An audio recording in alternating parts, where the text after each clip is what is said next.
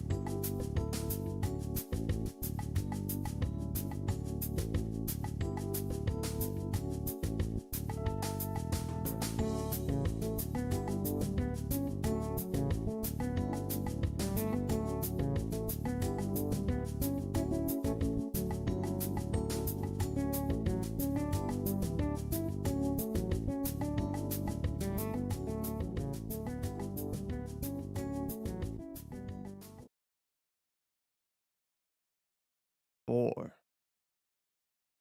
three, two, one. What's going on, everybody? Welcome back to. I don't know if you. I feel like somebody's staring at me, bro. I feel like King's judging me. I don't know if you see the eyes, bro. No, I'm playing, bro.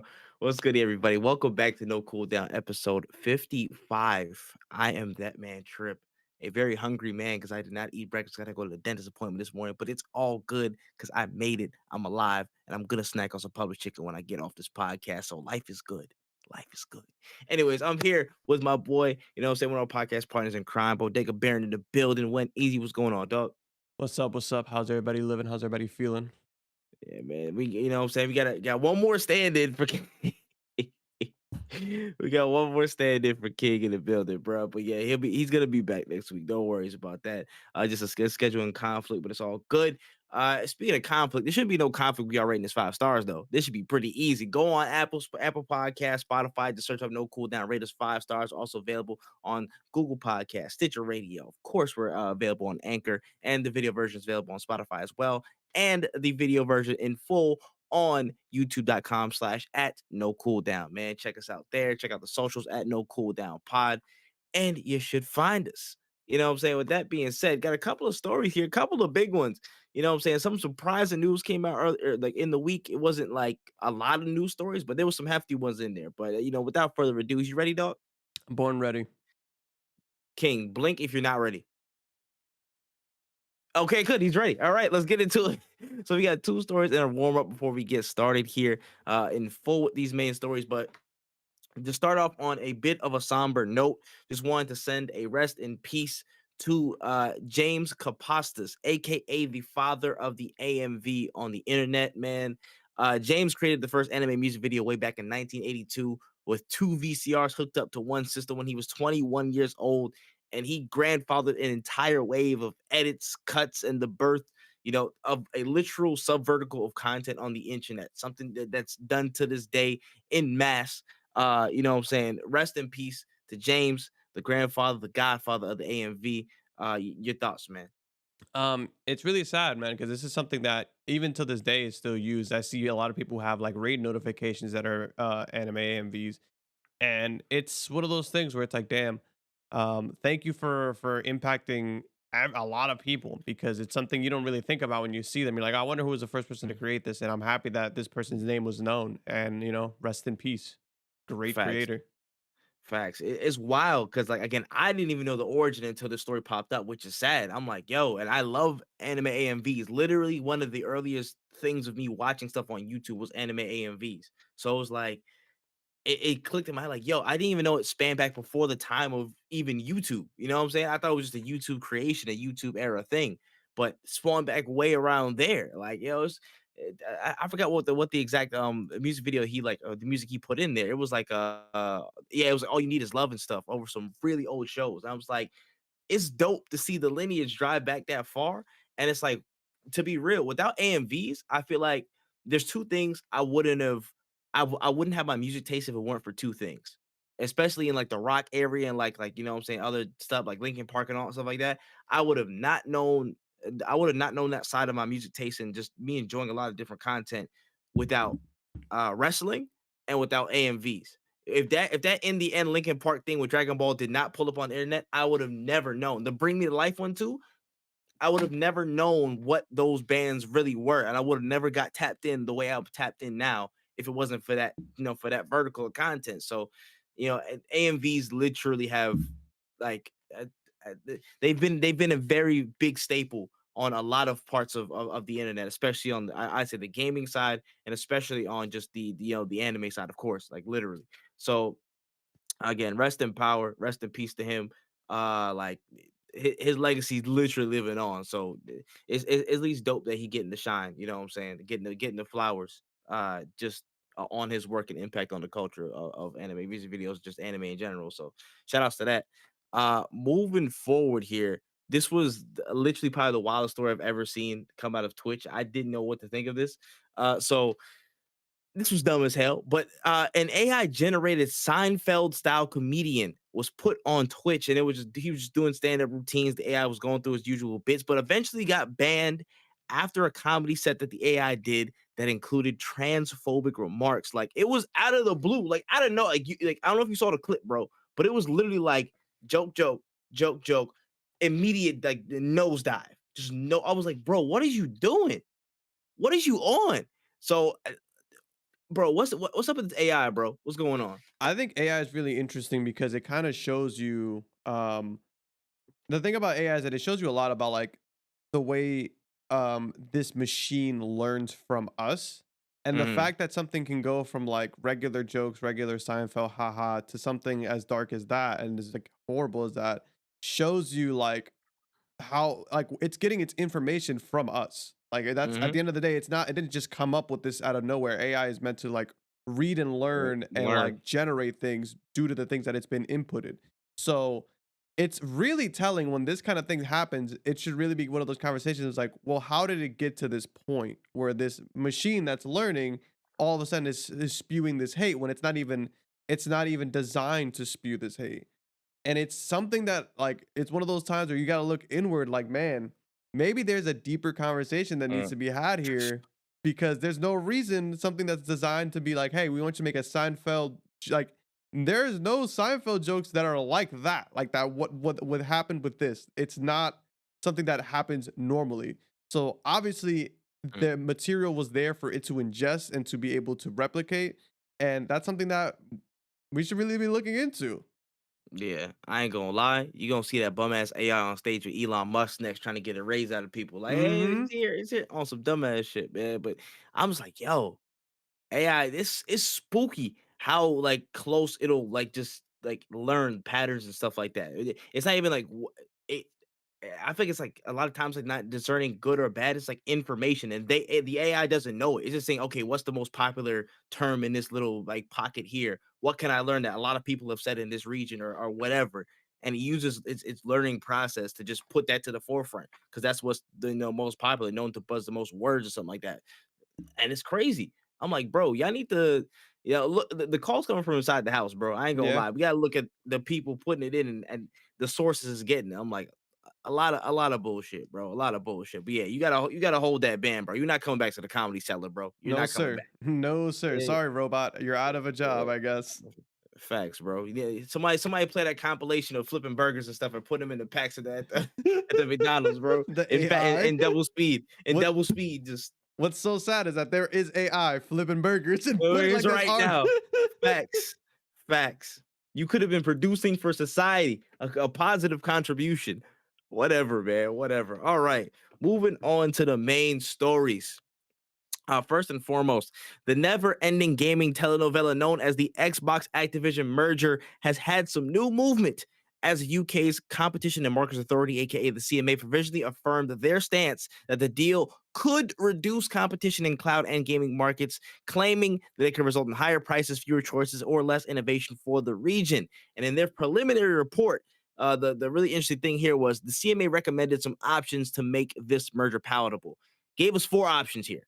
A, divest Call of Duty brand and structure and the structure from Activision and don't involve it in the deal. Basically, you can get Activision, but you have to sell Call of Duty and it can't be a part of your deal.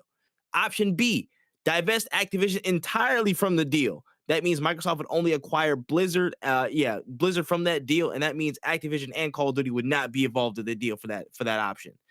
Option C, Activision and Blizzard are divested from the Activision Blizzard deal. So basically, you don't get Activision, you don't get Blizzard, and Microsoft just takes whatever's left from that. Or D, the merger is prohibited and Xbox doesn't get anything from this. So, thoughts on the CMA's recommendations, their stance? How are you feeling? Damn. Um, Option C is probably the worst option. That's I'm no businessman, but I definitely don't think that leaving out Activision and Blizzard and just getting, I guess, Crash Bandicoot would be would be fair. Honestly, I don't know. Like, so I'm a huge anti-monopoly, so I think Microsoft wants Call of Duty. And I think if they had to choose any of these options, like if they instead of saying no, if they had to choose any of these options, I would say hop up on Call of Duty and let Overwatch go. Well, like, I mean Overwatch and like Blizzard because you but the thing Yeah. is like that's the crazy thing is like is Call of Duty as big as Overwatch, Diablo, World of Warcraft?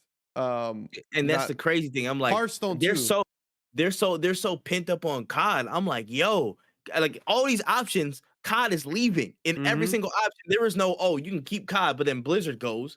You know what I'm saying? They said, yo, in every option, you don't get Call of Duty in That's what's every single one. wild. And I think that like I don't think that that's fair. I think Call of Duty should be in one of these options because I think that's really why they bought it. Like let's be fair. I think Call of Duty is a big brand, but I don't think it's It's either am that and am I there's a not tapped mobile. in? Am I not That, tapped in? Like is Call of Duty this big? bro, I I'm don't gonna, I'm think gonna it's keep it. this big.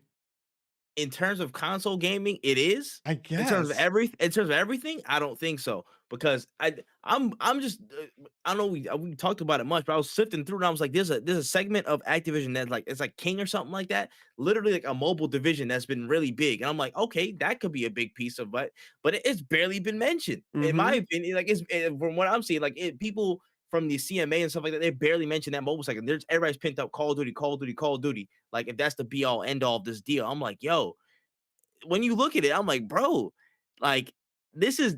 I don't know if people was pushed to do this. I don't know the sources of nothing like that. I don't know what PlayStation's motives is in this or their hand that they're working. I don't know, but the fact that every option on this had to do with Call of Duty, I'm like, damn, bro, somebody's in on this. This is some real Game of Thrones type stuff, bro. Like, I just personally am like, it's a little bit unfair to say none of these options that you give to them have Call of Duty going to their side. You know what I'm Yeah. saying? You couldn't say that in a Blizzard or like, you know what I'm saying? You can divest or like just flip the options, but then have Call of Duty come into the fold. Every single one of them was like, you cannot get Call of Duty under any circumstance or else the market is done. We're dead, we're dusted, all that stuff. But I'm like, that's kind of crazy. That's wild. That's wild to me as somebody who's just like, I'm not a big Call of Duty fan. I haven't bought a Call of Duty in years. And to sit here and tell me like that this game is too Bro. big that it has to stay independent, because that's the thing is like they cannot get Call of Duty. So let's say they take Activision, no Call of Duty. What if PlayStation wants to buy Call of Duty? They're not allowed to either, right? Like that wouldn't be fair. That's what I was thinking. I'm like, so if they have to sell it to somebody, who's gonna pick up Call of Duty as a separate brand if it divests? You know what I'm saying? Is PlayStation gonna swoop in and then there's no problems? Yeah, like that wouldn't make any If sense. EA takes it up, that's still a problem. 'Cause So it would have to be its own separate entity in entirety. Like it would be its own company, but which what would is Call of Duty even look like without Activision, you know? Like who without the literal publishing backing of them, like they've had for the past forever. it's kind of nuts. It Yeah, I makes don't no know. I don't know sense. how I feel about even somebody like me who doesn't like this merger to begin with. I still think that it's like not necessarily fair because it's This is unless it's because Microsoft already has so many acquisitions under their belt. Unless it's something along those lines where it's like, well, they've acquired so many companies in the past X amount of times that we can't allow you to also get Call of Duty. But then yeah. if that's the main problem, then they shouldn't let them get Blizzard either, because Blizzard has a bunch of like it just doesn't. I'm It's a confused. exactly. I'm like, yo, there's a lot of weight on either side of Blizzard and Activision, but the fact that they're skewing it so much on Call of Duty's again, like lane, that kind of it sets me off in a certain mind of like, okay, I feel like somebody's in your ear a little bit because why is there so much skewing on Call of Duty when they have so many other weapons that could potentially be a threat to competition? You know what I'm saying? Like, and even that, like all of the consensus, all the conflict, you know, all the commotion has been on Call of Duty. That's been the center of this entire argument. That's been the center of this entire problem throughout the entire merger cycle so far. And there hasn't been barely any mention of Blizzard. There's barely any mention of again the World of Warcrafts, the Kings, their whole mobile division, the whole mobile division segment. It's like, yo, it's looking kind of fishy. That's all I'm saying. It's looking Yeah. kind of fishy. And correct me if I'm wrong. I think PlayStation dominates or at least has a good lead in the UK market as well. So I'm pretty sure they're pretty dominant in Europe. So I'm just like, this is looking kind of weird. This is looking kind of weird. That's all I'm saying. That's all I'm saying. I'm not putting no feelers out there. I'm just saying from my observations of what I'm seeing here, the facts, what people are saying, what these comments are, what the climate's like. I feel like there may be a working hand that is somewhat, you know what I'm saying? I don't want to it's A Clayston, somebody that rhyme like that. They may be involved with some of these comments in some capacity. I'm not saying what, I'm not saying who, I'm not saying why. But it's kind of crazy when you think about the grand scheme of things. Activision is huge, but then it's still everything lies on Call of Duty and they can't have it under any circumstance. Somebody else talking for you, bro. It's a bold statement to make. That is I'm a not I'm not not saying nothing. it's I'm you're not right, you're right. saying You that. didn't say Allegedly. it's Allegedly. you're right. It does not paint a very good picture for it doesn't paint a very fair Yeah. picture Is yeah. for Microsoft. Mm. Facts. Even when they've been adamant on saying that they'll sign 10-year deals for everybody and stuff just off the strength. Again, Microsoft could be pulling a fast one. People could be, people could be pulling shadow tactics. I don't know. I'm just saying from these comments and what they're saying, it looks a little bit crazy if this is the only point of contention here. They're saying it generally, but they give them the Call of Duty example every time. They're going right to there. I'm like, dang, you got a favorite one, don't you? You got a favorite. Listen, some interests are definitely at play here. Some different party interests. That's all I'm saying. But yeah, man, it's interesting to say the least, bro. I'm ready to tune into next episode next week, bro. Sabado. I'm sitting there in the morning time with my breakfast and oatmeal. We're gonna get it. But anyways, moving on to the next story here. We got a lot of new updates on the Overwatch 2 Season 3 drop that is out right now, actually, including a new map in an Antarctic Peninsula, streamer protection options, rather, One Punch Man Doomfist skin, and a lot more cosmetics, and a whole lot of nerfs and buffs that I will actually pass out from reading down one by one. So I will hand this off to our official Overwatch correspondent, WenEazy, to lead us off. So what's going on with Overwatch, man? I played a little bit of the season 3. It's I want to say it's in a little bit of a better state. They've included more currency that will allow you to buy more cosmetics for a majority of the cast. It's not the currency that you use to buy regular skins. So like the regular skin currency is like basically V-Bucks. Imagine if like it's like they gave you crafting material in Apex essentially. They're not giving you the money back. Like it's not the best deal. People thought it was going to be a really phenomenal deal. They finessed us as per usual. I love the Doomfist. The Doomfist One Punch Man skin is sick, but that's not until March, so I can't really be super hype about that. The cosmetics, I mean, the thing is about Overwatch, their cosmetics are going to cosmetic. They have some really sick ideas, really sick concepts that they really bring to life. However, I'm still not a fan of the monetization of this game. I still think that it is very unfair to the player. In terms of nerfs, it's not in a bad spot. I think they're doing a pretty interesting job of like changing things that people feel like need to be changed, but there's still very much outcry for a lot of things. Some people aren't very happy with some of the nerfs. Some people are saying other characters are still strong. Me personally, I haven't played enough to really sit here and tell you what's still broken and what's not. But it's definitely the new map. Not a big fan of it. I don't like it, but it's also I'm a character of habit. I might grow to like it. I don't think that I am right now, but we'll see. Maybe it's just because I'm getting shit on it, and that's where we're at. So I think that the new season is interesting. This is the first season where they didn't add a new character, though. We're gonna see if this content is going to be enough to keep the player base, because this is the most pinnacle. This is the most important part of the Overwatch 2 lifespan. Is the first season where you don't add a new character. This is the first season. They're going back to this model of you get a new map this season, next season you're gonna get a new character. So we're gonna see if that is enough to keep people happy for an entire season. Dang. My comment is I don't play Overwatch. So you've heard it here first from our correspondent, WenEazy, in the field. Thank you so much. We appreciate it. Of course, anytime. Oh man. All right. That's that on Overwatch. And moving on to one chunky news drop. Nintendo, in Nintendo fashion, dropped a direct with 1 day notice, and the masses piled in to check what they had on tap. And boy, did they have a good amount to run through.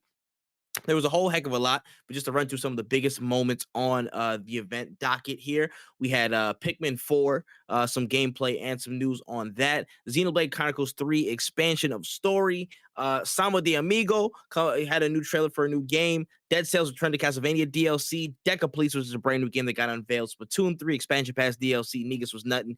Fire Emblem Engage DLC already. Octopath Traveler 2 and a demo that's out now. Kirby Return to Dreamland Deluxe gameplay. Game Boy and Game Boy Advance for Nintendo Switch Online, with a whole gamut of new releases. Well, new games coming onto the platform or coming back into stores, or at least availability and circulation for a certain amount of time. At least they're back now, which is good. Metroid Prime Remastered just out of the cut because they just did it. All right.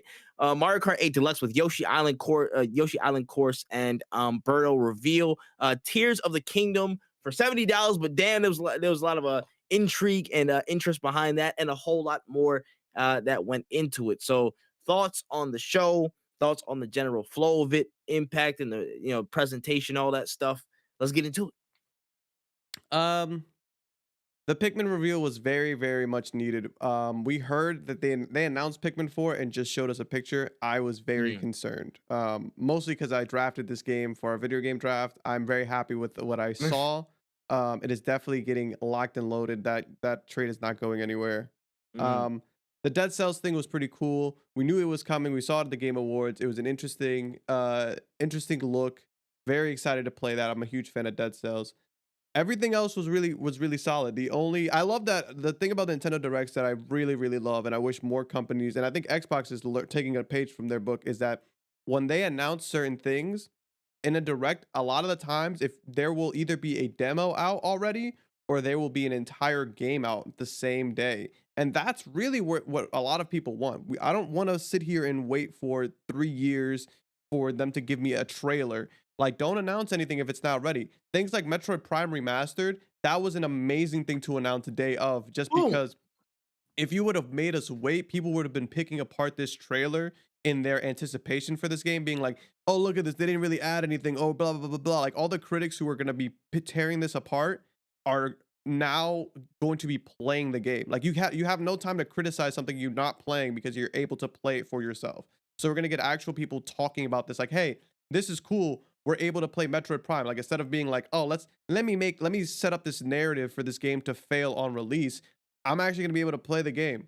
And that's something that a lot of developers need to understand, is that if you set up your game with all this anticipation, it's going to get ridiculed or it's going to get overhyped. If you just release the game, you will be in a way better spot. Certain things, like for example, Breath of the Wild, that is something that you can show off because like there's some hype around it. But things like Metroid Prime, like things like that, you need to release it into the ecosystem, because you don't want a game that is going to be not the if it's not a perfect 10 out of 10 game, don't build up the hype for it.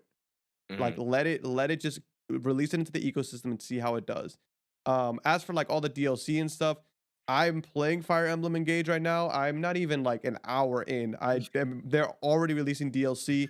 Slow it down. I'm not buying that yet. There's so much story I have to go through. It's cool, but my biggest fear is because of the nature of this game. I don't want this to turn into a gacha where I'm buying like 17 Uh, character passes. Like, I like mhm. the idea. I gotta see the DLC first for myself, but Yeah. I wasn't too hyped for it. But everything else, honestly, is a phenomenal time. We have so many demos, so many things to play. Nintendo is really they Ooh, lacked in they multiplayer, they come back and show sing us like single player content is there. they be packed at the wazoo, bro. I'm Hmm. telling you, they be stacking. I ain't gonna lie, bro. They be stacking. Too bad that hardware is Yeah, uh, yeah. but I definitely agree with you there. I feel like again, at first everybody kind of ridiculed Nintendo for breaking off of the beaten path, or the trodden path of just big big reveals in the summer or whatever, this usual gamut, and did the directs. But every time that they dropped the direct, it did at least from a minimal standpoint, at the very least, you will get some games that will release in the same window, if not the same, like next 2 months. We got the date for Advance Wars, which wasn't on the notes here. We got the date for like several other DLCs.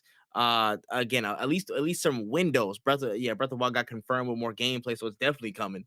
There was just a bunch of stuff that got definitive dates in a very near time span. The next 4 months to 6 months to maximum a year. We barely see anything a year out. We see like 6 months and within. We'll always see dates for that.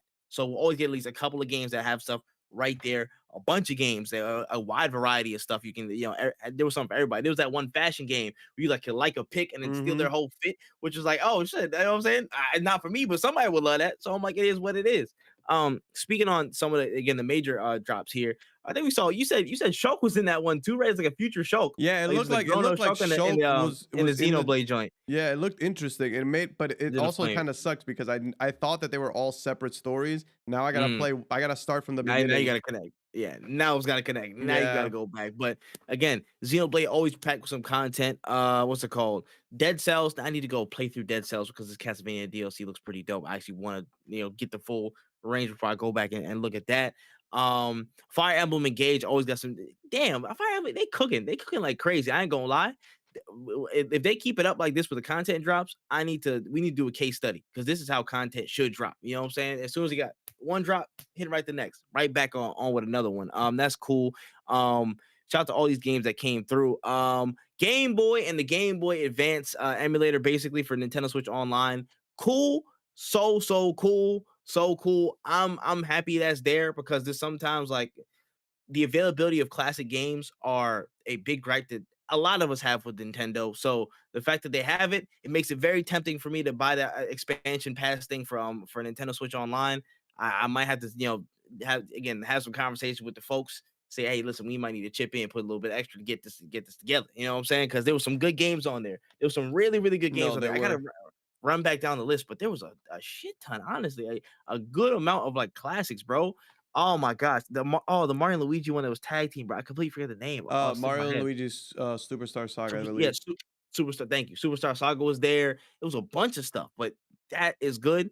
And it might never happen, but it gives me hope that we can have a GameCube emulator. And if at some point it happens, and we could just get if we can get Sunshine on there, boy. If we can get Sunshine, never mind. I'm too wishful. But that was a really good drop. I really appreciate that. The Metroid Prime drop was fantastic. I did not know that was happening. I'm not even sure that was leaked. Maybe it was leaked or I didn't pay attention, but many people were not in the know about that, which was great. A great reveal. It dropped same day. Fantastic. Um, Mario Kart 8 was on the usual stuff. It is what it is. Tears of the Kingdom. Listen, y'all gonna have to start paying these $70 for all these major drops, yo. Nintendo does not care about y'all. I'm sorry. Mhm. Y'all gonna take what y'all can get. It is what it is, man. Again, we said this in the reaction stream. Blame 2K for this because they raising the prices. They set the price and everybody followed. So it is what it is. But yeah, now Nintendo's locked in. There's nothing y'all can do. There's nothing y'all can do. Just pay the 70. Let's just get out of here. You know what I'm saying? I'm gonna try and figure out a way to get it for the cheap, but I bet I probably can't get over that wall this time. It is what it is. But yeah, I feel like it was differing opinions all over the place, but I think this was a solid direct. I think this was actually a really really solid direct. We had a lot of different games shown off, a very very quick timelines, and I felt like what needed to be shown was shown for the most part. I feel like there were some things. I'm glad I didn't see nothing about no Mario baseball because that was going to be a depressing note because I know how that's get done. I'm sorry when it will be a depressing note 9 times out of Not 10 to in this me. state. It's whatever, bro. Whatever, bro. You gonna ride Not till to wheels me. fall off. You're gonna be the only one in them damn servers, bro. You're gonna be the only one. I'll buy it and I'll be like, it is not as good as the other ones, but I will still buy it. I will still play it. Oh my goodness. But yeah, overall, I think I said it was definitely in the B minus range. I would have gave it a B minus. I kept going up to B plus, and I was like, wait a minute. Oh, wait. No, okay, yeah, B minus is fine. So I said B minus. I think it was a solid show, a good way for them to kick off 2023. And I think they have way more in the tuck, but I know this was a really good way to start the year off for them. Yeah, I think I want to say C plus, close to a B minus. Like I'll give it a B minus just because of like the GBA thing and and the fact that Mm, they keep releasing things as soon as they're announced. I think I'm gonna give it a B minus. I think it was a really solid showing. The only reason I'm not like super gassed is just because it's a variety of things that we already knew about. yeah, yeah, And the things that they did announce that were very brand new to me, which was like the Metroid Prime remastered, was like something that I'm not super excited about, but I yeah. still don't think that it was a bad showing whatsoever. And Mhm. it was just a little bit too much DLC for me. But That's DLC, yeah. the Nintendo There was a DLCs are healthy not the amount. same as like PlayStation 5 DLC. Like these are actual Yeah. expansions that like they put a lot of some of these have a lot of work put into it, so I can't be too Mhm. upset. Yeah. Fair estimates, fair estimates. I get that. But yeah, Nintendo's y'all starting to cook, bro. Y'all starting to cook. Just pray that some actual hardware is coming soon, but it's not gonna come soon. It's gonna be like another 5 years. Sorry, guys. Anyways, moving forward here, we got the trailer trope, the section where we talk about a bit more watchable media in the cut. So first and foremost, Disney updated their plans for brand new films and announced three new projects, including a brand new Toy Story, a brand new Frozen, and a brand new Zootopia that will be coming to theaters. Thoughts on this? Um, yeah, Disney's gonna do what Disney does. This isn't like anything to me crazy. It's like they're gonna make them, and they're probably gonna be not bad, and we're gonna spend the money on the theaters. Like, it's the kids. The kids are gonna love it. Sure. Yeah, kids, yeah, I don't really that'll be care for great. these. Like, I saw the last Toy Story in theaters because I worked at a movie theater. It was good, but I'm fine. Sure. Yeah. Yeah, I'm just like, didn't y'all finish off like half of these stories, or at least 2/3 of these? Like, didn't they I have like a thought so. definitive like they was I out guess of there? not. Yo, man, listen, the spirit of wonder does not end, baby. It does not end for you. These mugs got the Lazarus pit on lock, bro. They you dead? Come back up. You dead? Nah, come back up. We need you for another run, baby. Like, bro, it's almost never ended for him. I ain't gonna lie, like, Disney don't stop, bro. Disney No, does they not don't. stop. That's crazy, bro. They need that Olaf money. That Olaf let it go money. They need it back. They said I need a Frozen 3, 4, 5 offshoots. Insane, insane. But yeah, I do not care, bro. I should have left them dead, but Disney gonna do what Disney do. It is what it is. Anyways, we had a new story here that a feature film adaptation based off the Backrooms YouTube series is now in the works at A24 with YouTube director Kane Parsons. The dude's like 16 or 17, which is insane, by the way. On the job to direct. James Wan and Sean Levy are going to be set to executive produce. Thoughts on this? I know the Backrooms has been it blew up lately. It blew up lately in the past like couple months. Sure. I think A24 could do a good job with it. Don't get me wrong. I just think it's like an interesting choice when it comes to like uh I think it's just an interesting choice. I don't have any feelings towards it because I don't know what it's gonna Mhm. look like. That's kind of how where I'm at right now. Where it's like Yeah. I'll let it rock. I want to see what happens, but I'm not necessarily expecting. And they could come out with anything, and I think that I need to see the finished product. That's basically what it comes down to because I have no idea what's gonna happen. I need to look back at it. So I wonder how well produced. I didn't even know it was an actual YouTube series. To be honest, I thought I Yeah, just me saw the neither. games. I saw the game, the Backrooms. And I was like, oh shit, whatever. But it's based off a whole ass series, and like the series is rated really, really highly. I'm like, damn. Yeah, Like people on IMDb and stuff, rating it mad high. I'm like, okay, okay, okay. I need to sure. check in and see what it is. I'm interested, but I have no base of reference to be real. So we'll figure it out. But I mean, he got James Wan behind it. You know what I'm saying? Some level of production quality and stuff. So we'll see. We'll see. Uh Moving forward here, the Spidey IP is not getting put down by anyone just yet, as Variety reported earlier this week that Amazon has put into place a live action series for Spider-Man Noir with Into the Spider-Verse producers Phil Lord and Chris Miller and Amy Pascal executive producing the project. So Spider-Man Noir is coming. How do you feel about this? Sure. Like, I don't think it's bad. I think it's a Spider-Man IP that I think it's a Spidey that actually could use some time in the sun. I remember that was Mhm, like one of the main reasons I wanted to get Spider-Man Shattered Dimensions because I was like, "Whoa, this Spider-Man looks sick." I think it could be really interesting, to be honest. I really just mhm, think that like it really comes down to execution. I think Amazon isn't they do live action superhero stuff well as we've seen with the boys. I think they have some like knowledge, some background behind it. It could be done really well, but we also know, like, I feel like it's the Spider-Man curse at this point. Anybody who touches Spider-Man that isn't Marvel hasn't it's really had bad. a hasn't really done a good job with it. So I want to I hope this comes out well, but I'm not gonna hold my breath. Mhm. Yeah, I ain't gonna lie. I do like the sound of it though. I I do ain't gonna too. front of you. I do. And it's an Amazon series too. I'm just like, I I don't give me hope. That's my only thing. Don't give me hope. That's the only thing I'm gonna say about Yeah, that. Like, don't do all this. Don't put all these nice people behind it and then do this, do some fuckery. Let's not do that, guys. Let's keep it here. All right. Let's keep it here. Anyways, moving on. The best time of the year's arrived, people. Put everything down. You know what I'm saying? Put your friends away. Tell them to go home because it's about family right now, baby. The Fast X trailer has dropped. You know what I'm saying? I feel fantastic. I saw Tyrese. My life is fulfilled. How about you, Win? I watched. I knew we were gonna talk about it on the podcast, so I watched parts of it, but I didn't watch the whole thing because Yeah, I want to do a reaction fair. to it because I'm a big fan of the Fast franchise. I watched Fast 9. My girlfriend did not make it past 30 minutes. She was out like a light. I watched the whole thing. I was very much not happy with it. It was not a good movie. But we're locked in for 10, maybe even in theaters this time.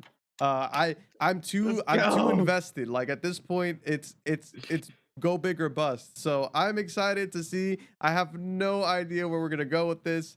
I hope we don't get any more young Dominic Toretto. Don't think we ever needed that. Don't hope to never see it again.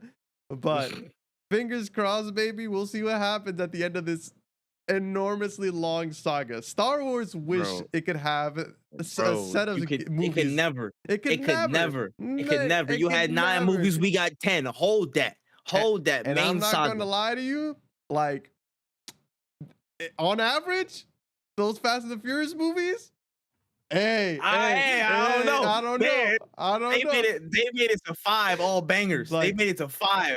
You know what I'm 5 saying? straight I'm not bangers, saying nothing 6, crazy. 7, a little bit out there, but hey, they weren't mad at it when 7 dropped, they weren't hating on it like that. You know what I'm saying?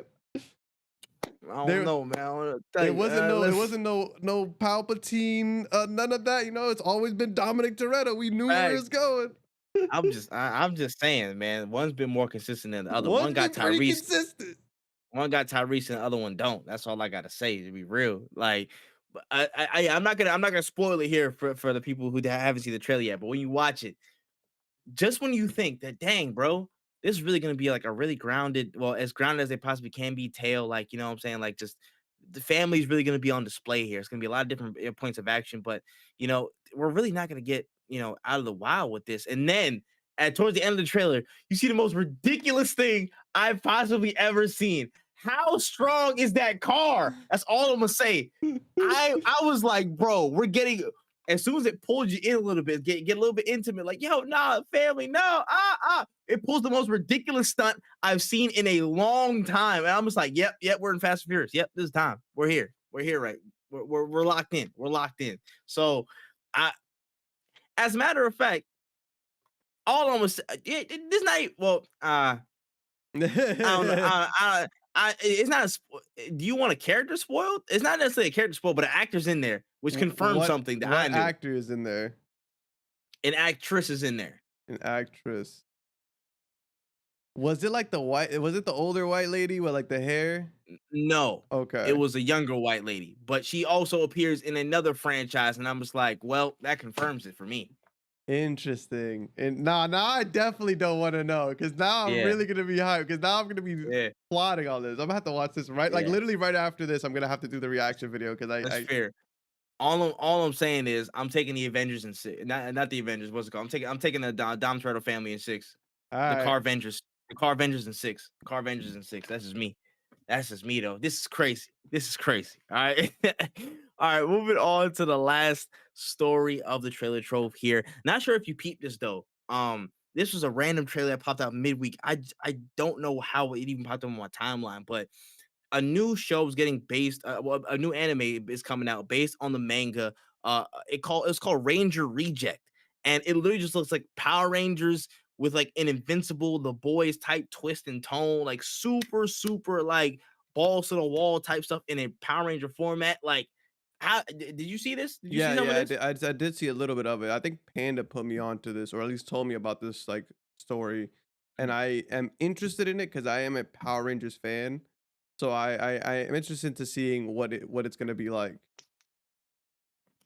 That looked good. No, I'm sorry. That trailer was looking good. I said, hey, yo, whatever Ranger Reject porn, I need that.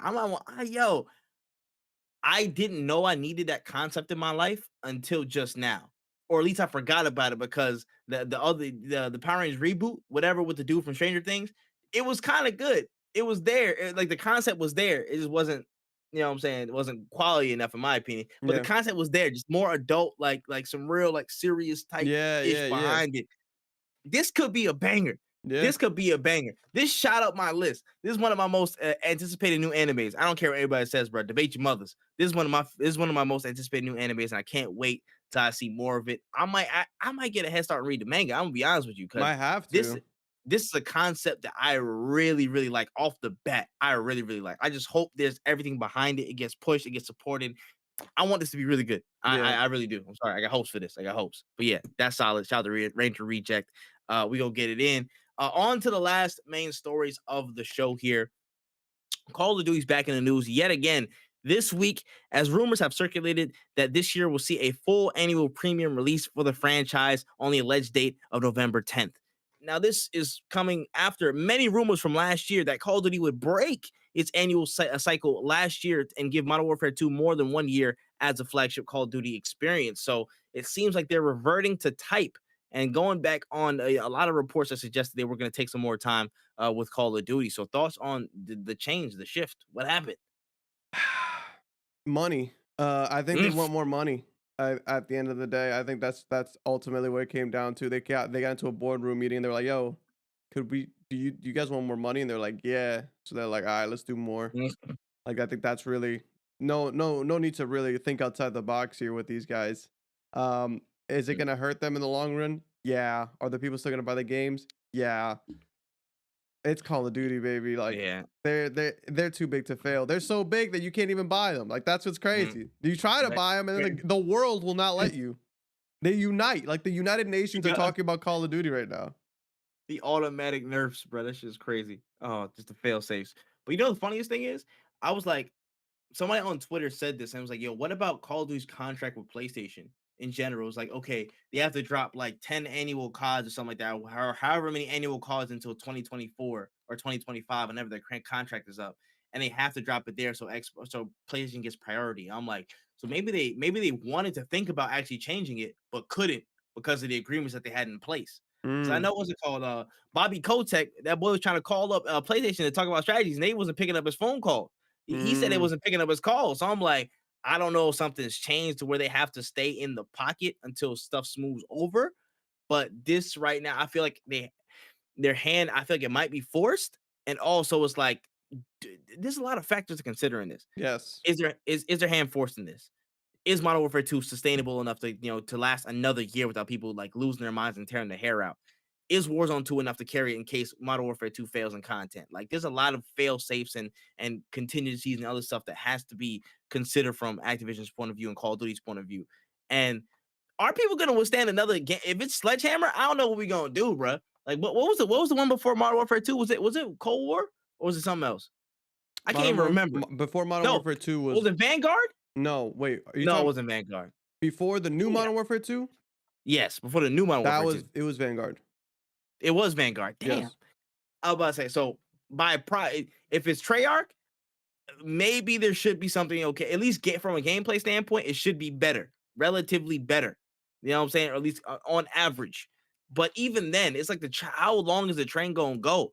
Some people need a break from it. Some people do need a break, and the slowdown might happen unless you can like again have a huge injection of something like it's very very precarious, but I feel like it's more than meets the eye for them saying, okay, we just got to drop another annual Call of Duty. It is what it is.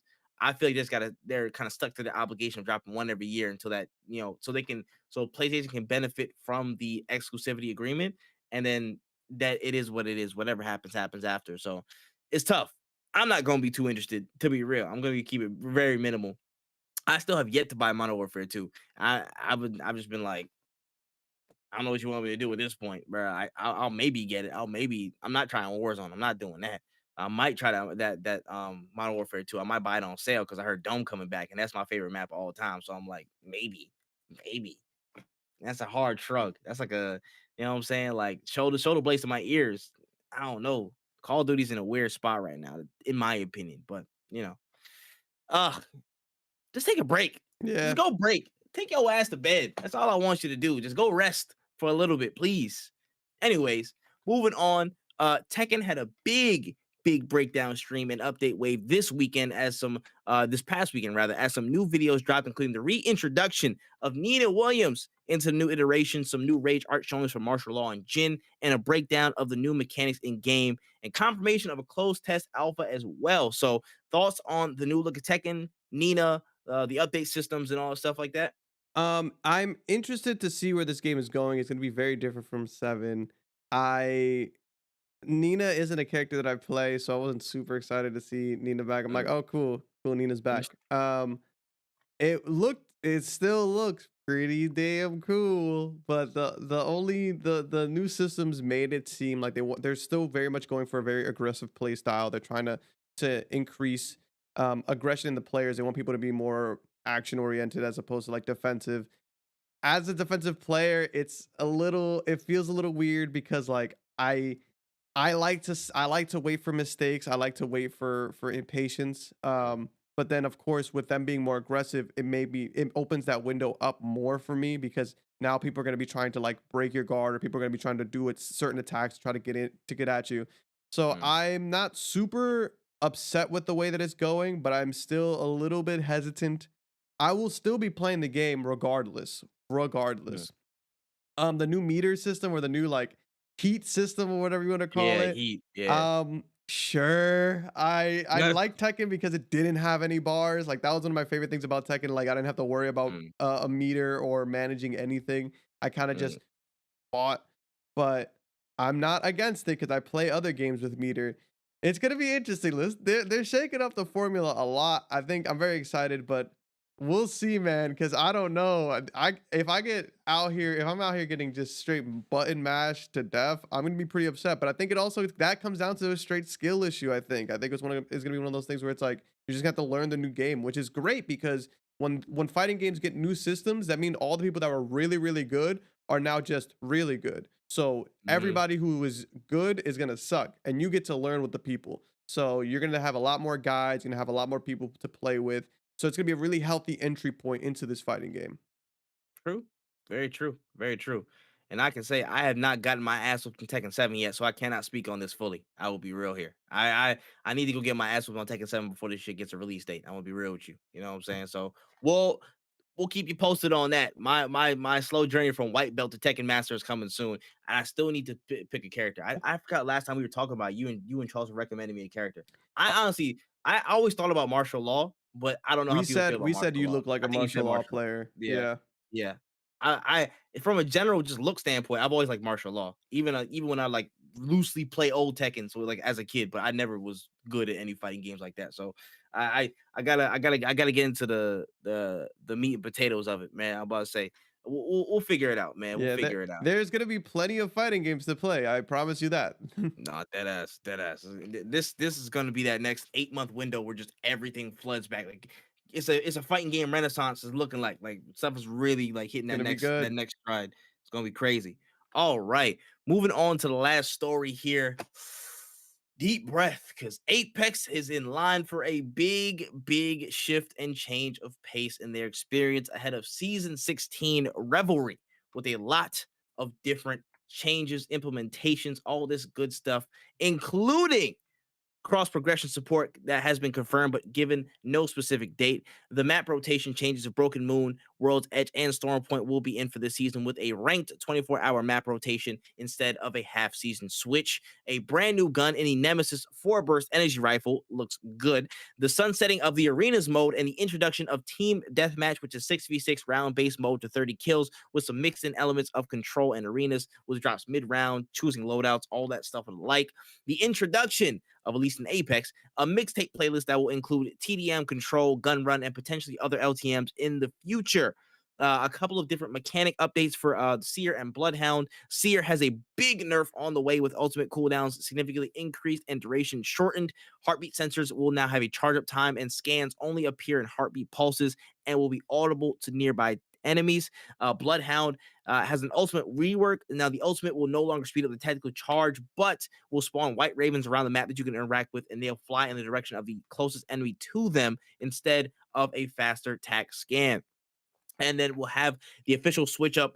No legend is coming in season 16, y'all. No legend, but the entire legend system will be overhauled with classes and perks. It's going to be broken down into 5 different groups, starting with assault. Assault will be basically they have the ability to open a hidden compartment in weapon supply bins. They have new loot perks that will up the rate for better attachments and weapons in drops, but will lower the chance for magazine and hop ups from appearing in those drops as well.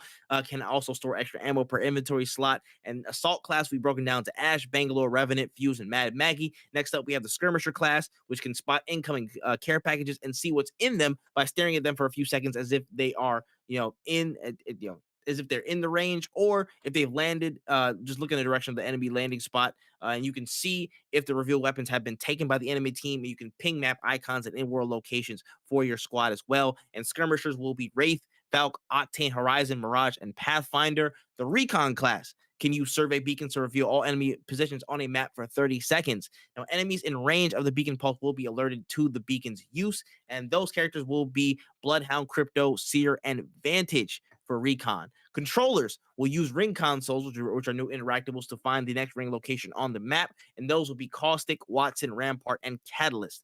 And the last class, Support, has a few new changes. Can craft ally banners even if they expire from their death box, and it costs 30 materials in the crafter, and you'll get all recoverable teammates in that time frame. Can access secret compartments on blue bins as well, which have a higher percentage for batteries and med kits. Has an increased percentage of heat shields outside the ring when you open a care pack or a chest with that secret compartment, and an increased percentage of a mobile respawn if you're holding a banner and you open a compartment, but you can't repeat that if you're already holding those items. Basically, the system will scan in and say you can't really have two. It doesn't matter. Thoughts on all these changes? Because that was a whole hell of a lot, and my head hurts. Uh, I think that this is really good for Apex. It's actually enough to get me to come back. Yes, yes, I said it. I will Wow. be re-downloading Apex. I will be playing that game for the first time since last June. Um, I stopped playing Apex because it got really sweaty and boring. But now, if you're telling me that there's going to be consistently casual game mode, that there's going to be more reasons for me to play, I'm going to tap back in. I think that it's going to be a really interesting way to see how like these legends now change the. I think it gives each legend more reason. Like it gives people more reason to play Fuse. It gives people more reason. Like I think that it's a healthy thing to do in a game like this. Um, I'm a big fan of this. I can't wait to see how this changes like the way people play the game, or even if it makes certain people more viable. Like maybe it's like Mm, I don't really like Fuse, but the fact that he's an assault character, I don't know. Maybe now I'm gonna start picking Fuse up more. Like mm, I wasn't a big fan of any of the assault characters, but if I had to pick one, I'm gonna start picking XYZ. You know what I'm saying? Like I think it's a yeah. really good thing for the game. I think this kind of a change is needed in a game that's getting to the age that it's at now. It's been getting really stale, and I think that not only is changing this like core thing huge, because like we saw Fortnite had to change a lot. It's changed a lot since its first release because the community and the people are ever growing. I think that this is an important Mm, step in any free to play game if you want to keep aging with the times. I also think that it's super important to keep the casuals happy. Like I think they saw the success of no build mode and was like, "Yo, we need to tap into this," because there's a lot of people who would like to play Apex but are not trying to sweat their lives out every single time they play the game. So I'm mhm. gonna be tapping back in, man. I low key miss the gunplay of Apex, but I don't miss getting destroyed in a pubs game. So we're gonna Yeah. check it out. We're gonna have to check it out. Yeah, and also I forgot to mention on the support class, it'll be Lifeline, Loba, Newcastle, and Gibraltar. So that those will be the support class. And I unfortunately have to agree with you. I'm gonna have to re-download Apex, bro. I'm gonna have to re-download this shit. Oh my gosh, bro. I thought Yeah. I was I thought I was at peace not playing FPS games, bro. I have not touched an FPS in a good minute. It's been a good little minute since I touched any FPS to be real. And I've been at peace. My mind has been very much at ease. I felt good, but now it's time to dip back into that cesspool known as first person shooters and really, really lose my mind. Honestly, though, it looks interesting. Looks interesting enough to again garner some type of response from me and re-download the game. Kind of going top down, just to reintroduce stuff. Cross progression again should be a non-negotiable for all these multiplayer games nowadays, especially ones the size of Apex. So glad that's confirmed, but we need a release date. Hurry up on that. Map rotation. I haven't even played Broken Moon. I couldn't even tell you the first thing about it. World's Edge is down there. Good. That's all I need. That's cool. Storm Point. I don't care for it. Whatever. The Nemesis gun. I love any burst gun. Quote me on this. My favorite type of weapon in gaming is burst guns. I love it, especially FPSs. I love burst guns. The FAMAS in Modern Warfare 2, you know what I'm saying? All that stuff. I love it. I love it. I love it. I love it. So a 4 burst weapon, I'm in love with. That looks good. It actually looks really, really fire. So can't wait to use it in there. Arenas leaving and TDM coming in. I felt like okay, arenas feel like it was kind of like a test run for a lot of different things. And I'm not mad at it leaving necessarily, but TDM sounds really promising. Apex is meant to be fast paced in a lot of different ways. So having a mode that's really concentrated and has that, there, I love that. I love TDM. I love TDM in this context would be really fantastic. Get as close to again a Titanfall like situation as you possibly can. I would just like those the kill limit in rounds to probably be up more. Give me a time limit. Don't give me a kill limit because I feel like that might prohibit some people who go crazy in games to actually get some good stuff. Me personally, I would prefer either a kill limit and a time limit or just a time limit. You know what I'm saying? I think a high kill limit is fine. My biggest fear is like if we don't have a kill limit and I'm getting absolutely stomped like 30 to Oh yeah, 120 because that's you're also gonna get that's preds in also these true. lobbies to warm up. So like that's my Yeah, biggest fear.